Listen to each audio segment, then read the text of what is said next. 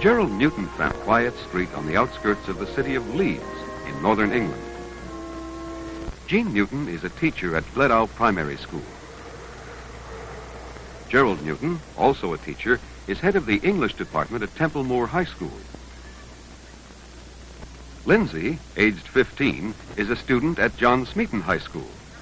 She's thinking seriously about studying for a career in dress design. John Newton, aged 13, is a student at Bramewood Middle School.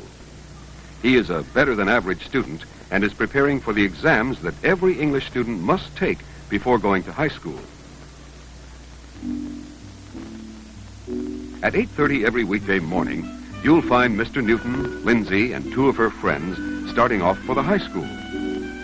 At the same time, Mrs. Newton and John and two of his friends are starting off for their schools.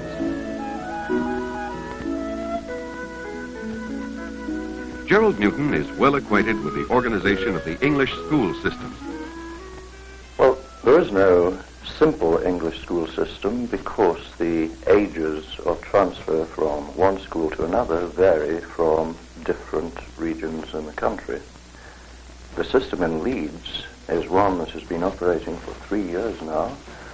And children go to a first school at 5, transfer to a middle school from 9 until 13, and at 13 go to a high school. The leaving age is 16, but of course some stay on until they're 18. John is in his final year in middle school, equivalent to 8th grade in an American school.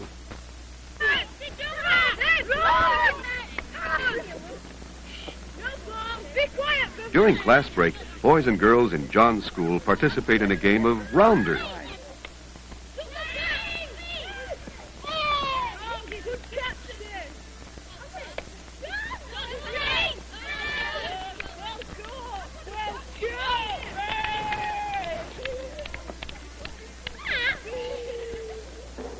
Cricket is a game played by older students.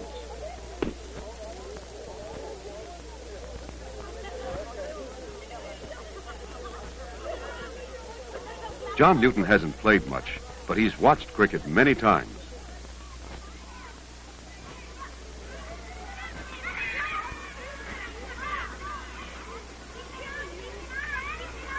John's favorite game is football, which is the same game as American soccer.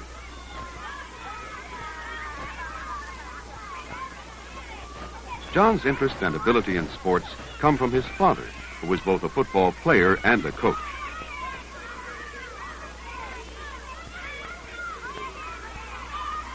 All the major cities in Great Britain have professional football teams. John's scarf and hat are the Leeds United team colors.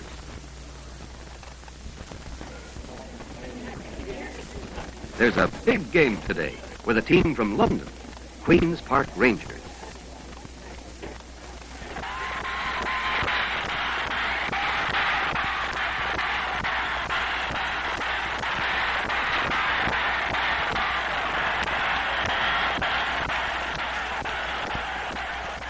It was a close game, but Leeds United lost by a score of 1-0.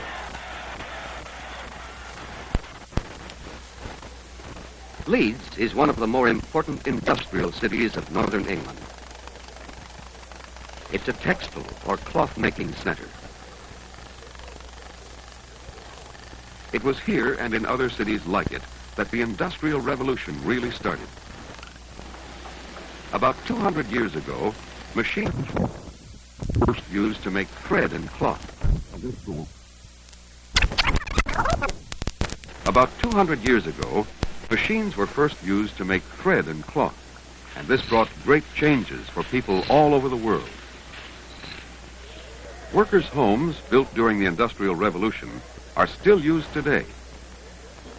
They contrast with the newer high-rise apartment dwellings of a modern city.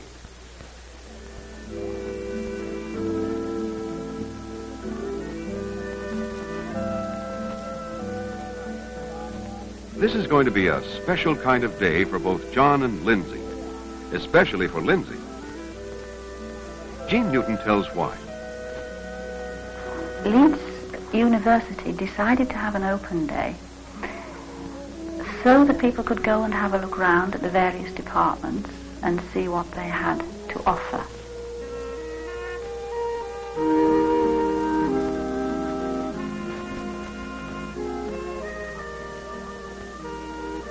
We in particular were interested in visiting the textile department, as my daughter wants to go into dress designing, and we thought it might give her some idea of what they had to offer at Leeds University.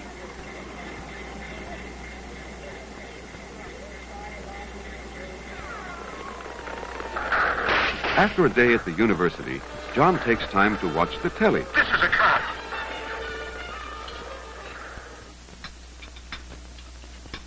5 o'clock in the afternoon is also tea time, with currant biscuits, Scotch eggs, and trifle.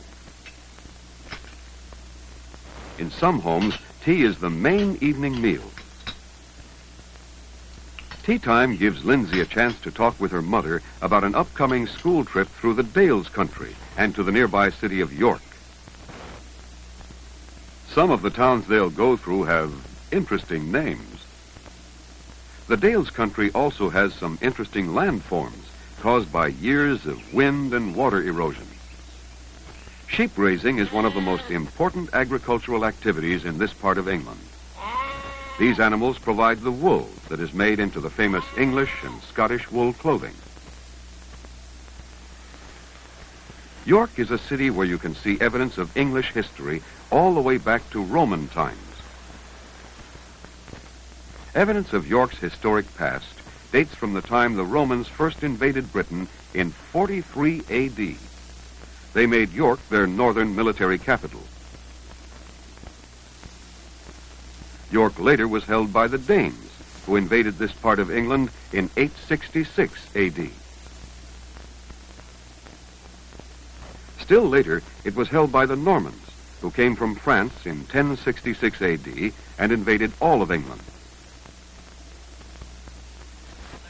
An ancient wall built in the 1300s surrounds the center of the city.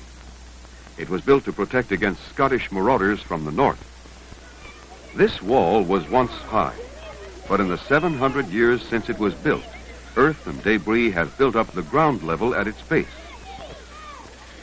It's a favorite place for school groups to visit. Perhaps they can even feel what it was like for those who once patrolled these walls protecting this historic city.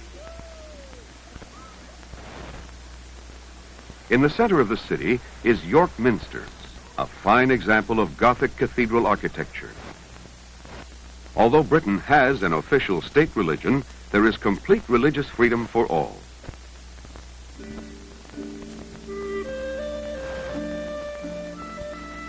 John usually has homework to do in the evenings. At the moment, he's studying the English political system.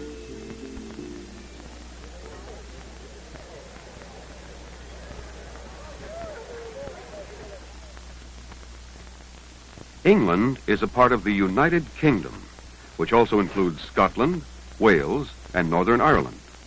It is a constitutional monarchy. Great Britain refers only to the area which includes England, Scotland, and Wales.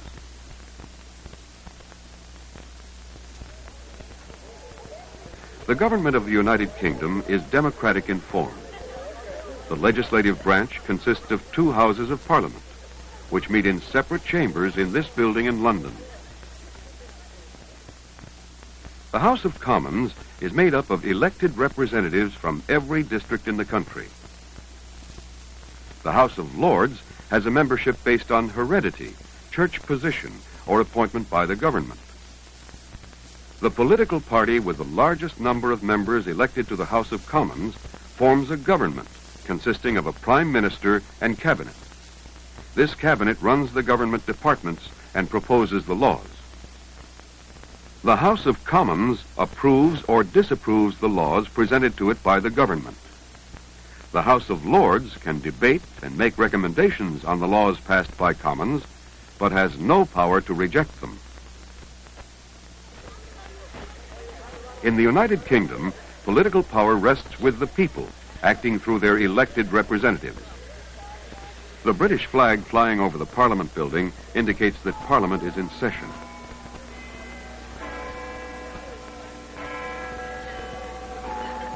The Prime Minister lives and works at number 10 Downing Street.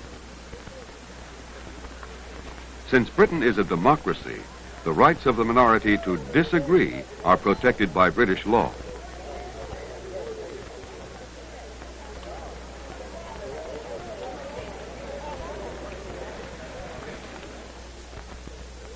The River Thames, also an important part of British history, glides through the heart of London. In earlier days, this river provided a major transportation route for the commerce and the people of London. It is one of the reasons why the city was built and has thrived here through the centuries. Britain was once the largest naval power in the world. Being an island nation and dependent on world trade, it had to keep the seas open for its shipping. It controlled colonies throughout the world. Now its role has changed. It has close ties to the European Economic Community. It is also a leader of the Commonwealth of Nations. This is a group of mostly former colonies which have voluntarily joined together for their mutual economic benefit.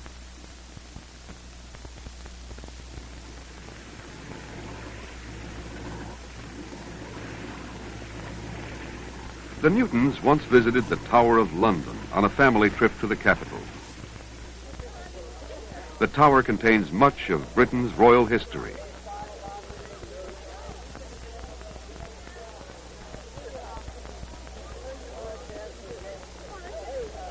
It is also where the crown jewels are kept.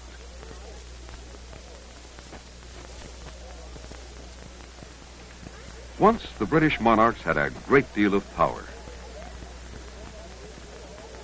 Today, they have no power over their subjects, but are still an important symbol to most of the British people.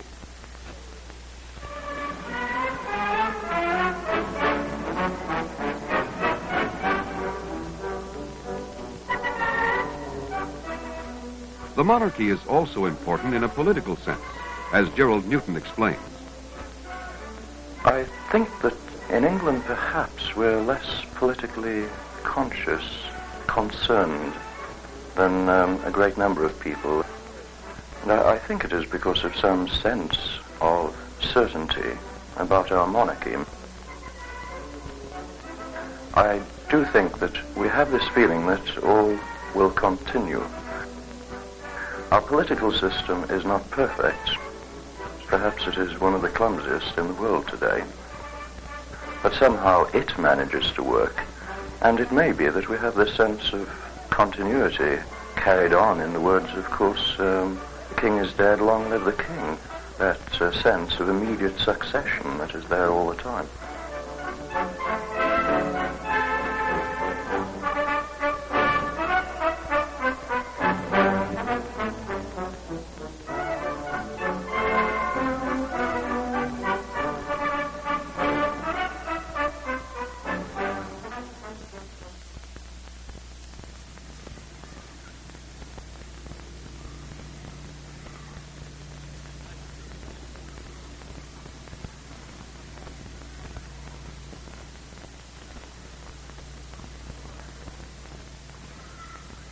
The Newtons often spend their vacations together as a family. Well, we take holidays in the caravan at Easter, Whitsuntide, summer, and in the autumn. We did find that caravanning with the children helped their characters develop, and they did become more outgoing because they mixed with so many different kinds of people from different walks of life. At the moment, the children are enjoying being in the Lake District, so they can do plenty of walking and climbing. Hiking in the Lake District of England is a chance for many British young people, including school groups, to get to know their country better.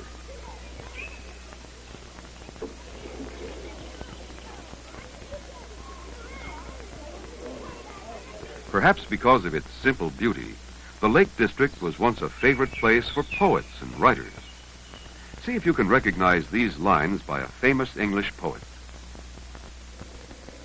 I wandered lonely as a cloud that floats on high o'er vales and hills, when all at once I saw a crowd, a host of golden daffodils, beside the lake, beneath the trees, fluttering and dancing in the breeze.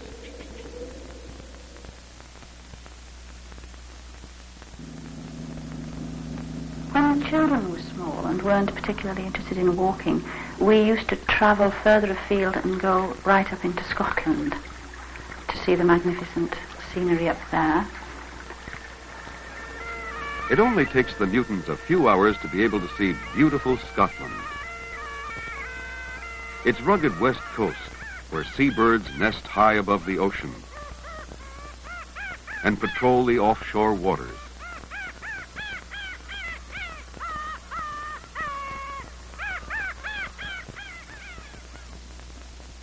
The interior lakes, such as Loch Ness, where the ruins of Urquhart Castle brood over the still waters, and where John and Lindsay can look for the Loch Ness Monster. Magnificent Edinburgh Castle, where tourists come from all over the world.